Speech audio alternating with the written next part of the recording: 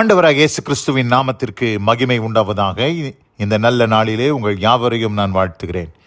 இந்த நாளின் தியானத்திற்கு என்று தெரிந்து கொள்ளப்பட்ட வேத பகுதி லூக்கா சுவிசேஷம் 22 அதிகாரம் 31 32 வசனங்கள். Look chapter 22 verses 31 and 32. பின்னும் கர்த்தர், சீமோனே சீமோனே, இதோ கோதுமையை சுளகினால் புடைக்கிறது போல சாத்தான் உங்களை புடைக்கிறதற்கு உத்தரவு கேட்டுக்கொண்டான். நானோ உன் விசுவாசம் ஒளிந்து போகாதபடிக்கு உனக்காக வேண்டிக் கொண்டேன். நீ குணப்பட்ட பின்பு உன் சகோதரரை ஸ்திரப்படுத்து என்றார். ஆமென். பிரியமானவர்களே, நான் வாசிக்க கேட்டதான இந்த வார்த்தைகளிலே இயேசுவானவர் சீமோனை பார்த்து சொன்ன வார்த்தைகள் என்பதை நாம் அறிந்திருக்கிறோம். இந்த இடத்துல இயேசுவானவர் சீமோனை பார்த்து என்ன சொல்லுகிறார்?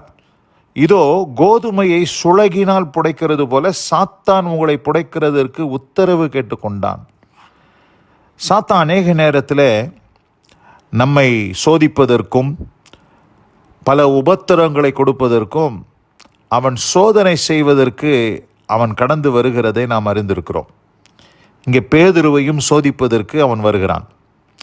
அவன் இயேசுவினிடத்தில் உத்தரவு கேட்டுக்கொண்ட பொழுது இயேசுவானவர் என்ன சொல்லுகிறார்?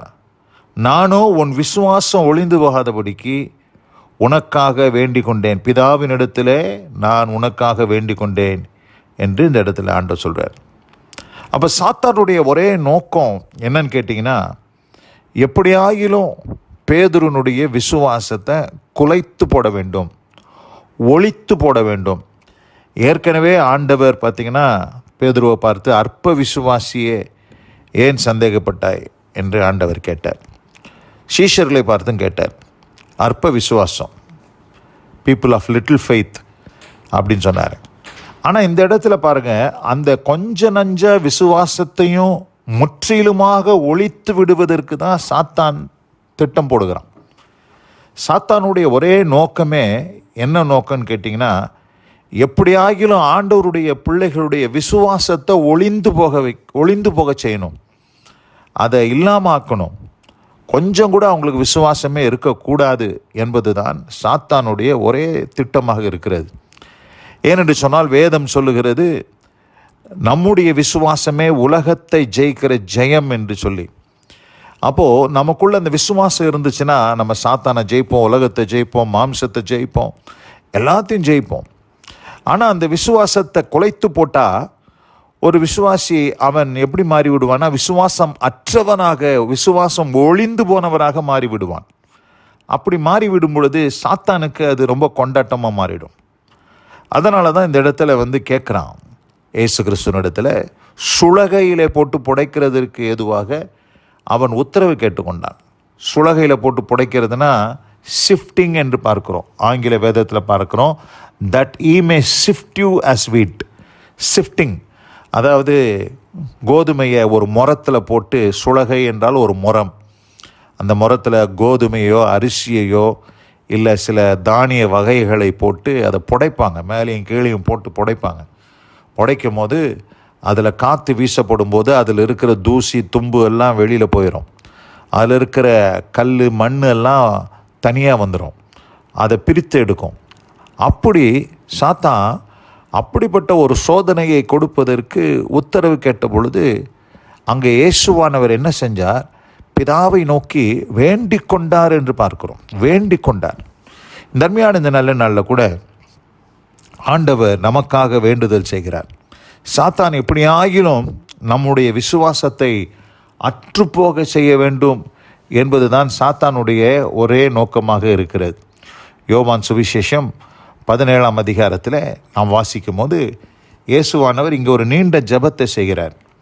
அந்த ஜெபம் பண்ணும்போது அவருடைய சீஷர்களுக்காக ஜெபிக்கும்போது எப்படி ஜெபிக்கிறார் பாருங்கள். 15ஆம் வசனத்தை வாசிக்கிறேன். நீர் அவர்களை உலகத்திலிருந்து எடுத்துக்கொள்ளும்படி நான் வேண்டிக் கொள்ளாமல் நீர் அவர்களை தீமையினின்று காக்கும்படி வேண்டிக் கொள்ளுகிறேன்.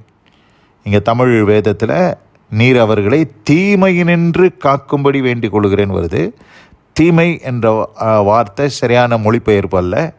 சரியான மொழிபெயர்ப்பில் என்ன போட்டிருக்குன்னா, த ஈவில் ஒன் அப்படின்னு போட்டிருக்கு. தீயவன் இடத்திலிருந்து காக்கும்படி உங்களுக்காக நான் வேண்டிக் கொள்கிறேன். தீயவன் யார்? சாத்தான் தான் அந்த தீயவன். அப்போ ஆண்டவர் நம்மளை ஒவ்வொருத்தருக்காக என்ன செய்கிறாரு? சாத்தான் நம்மளை சோதிக்கணும், சாத்தான் நம்மளை புடைக்கணும், போட்டு சுளகையில் புடைக்கிறது போல் புடைக்கணும்னு சொல்லிட்டு பல திட்டங்களை தீட்டிட்டு உங்களிடத்துல வரான். ஆனால் ஆண்டவர் நமக்காக என்ன செய்து கொண்டிருக்கிறார்? பேதுருவுக்காக வேண்டுதல் செய்தது போல உங்களுக்காக, எனக்காக பிதாவின் வலது பரிசத்தில் அவர் என்ன செய்து கொண்டிருக்கிறார் என்று சொன்னால் வேண்டுதல் செய்து கொண்டிருக்கிறார். தீயவனிடத்திலிருந்து நாம் காக்கப்படும்படிக்கு ஆண்டவர் நமக்காக வேண்டிக் கொள்ளுகிறார் என்பதுதான் உண்மை. அதனால்தான் நம்முடைய விசுவாசம் ஒழிந்து போகாதபடி பாதுகாக்கப்படுகிறது என்பதை நாம் புரிந்து கொள்ள வேண்டும். வேதத்தில் நான் வாசிக்கும் போது மத்தேயு சுவிசேஷத்தில் என்ன சொல்கிறாரு? இயேசுவானவர் வேண்டிக் கொண்டால் மாத்திரம் போதாது, நாமும் என்ன செய்ய வேண்டும்? பிசாசினுடைய சோதனையிலிருந்து ஆண்டவர் நம்மை தப்புவிக்க வேண்டும் என்று நீங்களும் நானும் கூட ஜெபம் பண்ண வேண்டும் என்பதை இங்கே மத்தேயு 6ஆம் அதிகாரம் 13ஆம் வசனத்தில் லார்ட்ஸ் பிரேயர், ஆண்டவருடைய ஜெபம், மாதிரி ஜெபத்தில் சொல்லி கொடுக்குறார். 13ஆம் வசனத்தை வாசிக்கிறேன். எங்களை சோதனைக்குட்பட பண்ணாமல் தீமையினின்று எங்களை ரட்சித்து கொள்ளும் என்று இங்கே போட்டிருக்குது. அந்த இடத்துல தீமை என்ற வார்த்தை ஆங்கில வேதத்தில் எப்படி போட்டிருக்குன்னா ஃப்ரம் த ஈவில் ஒன் என்று போட்டிருக்கு. From the evil one. And do not lead us into temptation but deliver us from the evil one.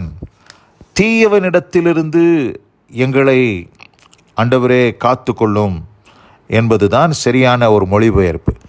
அப்போது நம்ம நீங்களும் நானும் கூட ஜெபம் பண்ணணும். எதுக்காக ஜெபம் பண்ணணும்னா, சாத்தானுடைய சோதனையிலிருந்து ஆண்டவரே எங்களை காத்து கொள்ளும், ஆண்டவரே சோதனைக்குட்பட பண்ணாமல் தீயவனிடத்திலிருந்து எங்களை ரட்சித்து கொள்ளும், காத்து கொள்ளும் என்று நாம் ஜெபிக்க நாம் கடமைப்பட்டு இருக்கிறோம்.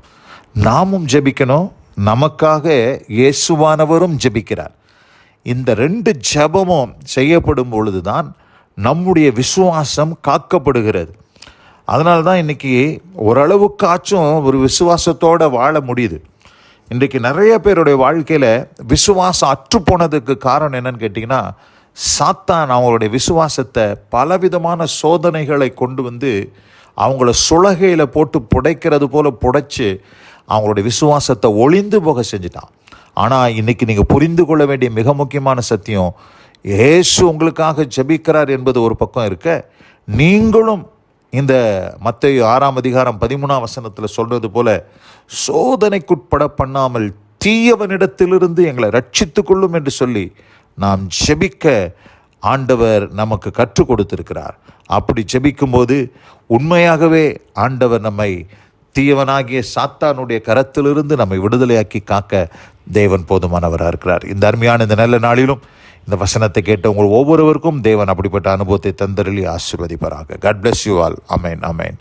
நாம் ஜெபிப்போம். எங்கள் அதிகமாய் நேசிக்கிறதான் எங்கள் அன்பின் பரலோக பிதாவே, நாங்கள் தியானிக்க கேட்ட இந்த வார்த்தையின்படியாக ஆண்டவரே, பேதுருவை சிமோனே சிமோனே என்று ஆண்டவர் பேதுருவை பார்த்து சொல்லி, சுளகையிலே சாத்தான் உன்னை புடைப்பதற்கு என்னிடத்தில் உத்தரவு கேட்டுக்கொண்டான், நானோ உன் விசுவாசம் ஒளிந்து போகாதபடி உனக்கு வேண்டிக் கொண்டேன் என்ற வார்த்தையின்படி அன்றைக்கு பேதுருவுக்கு மாத்திரமல்ல ஆண்டவரே, இன்றைக்கு இந்த வசனத்தை கேட்டுக்கொண்டிருக்கிற ஒவ்வொரு பிள்ளைகளுக்காக நீர் வேண்டுதல் செய்கிறீர். நாங்களும் வேண்டுதல் செய்யும்படி நீர் எங்களுக்கு கற்றுக் கொடுத்திருக்கிறீர். அதை செய்து சாத்தானுடைய சோதனையிலிருந்து நாங்கள் காக்கப்பட கர்த்தர் நீர் எங்களுக்கு கிருபை செய்தருளும். வசனம் கேட்ட பிள்ளைகள் ஒவ்வொருவரையும் ஆசீர்வதித்து காத்துக்கொள். இயேசு கிறிஸ்துவின் வல்ல நாமத்தில் பிதாவே, ஆமென், ஆமென்.